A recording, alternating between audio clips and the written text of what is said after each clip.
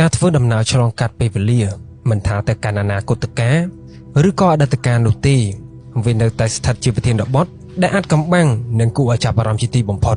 បើទោះបីជាពេលបច្ចុប្បន្ននេះបច្ចេកវិទ្យាសម័យទំនើបមានការរីកចម្រើនយ៉ាងណាក្តី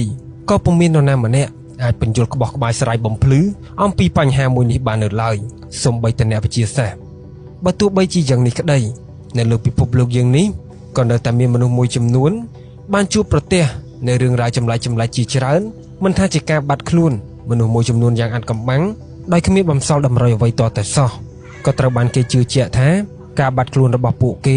គឺសុទ្ធតែតាក់ទងទៅនឹងការធ្វើដំណើរឆ្លងកាត់ពេលវេលាទាំងអស់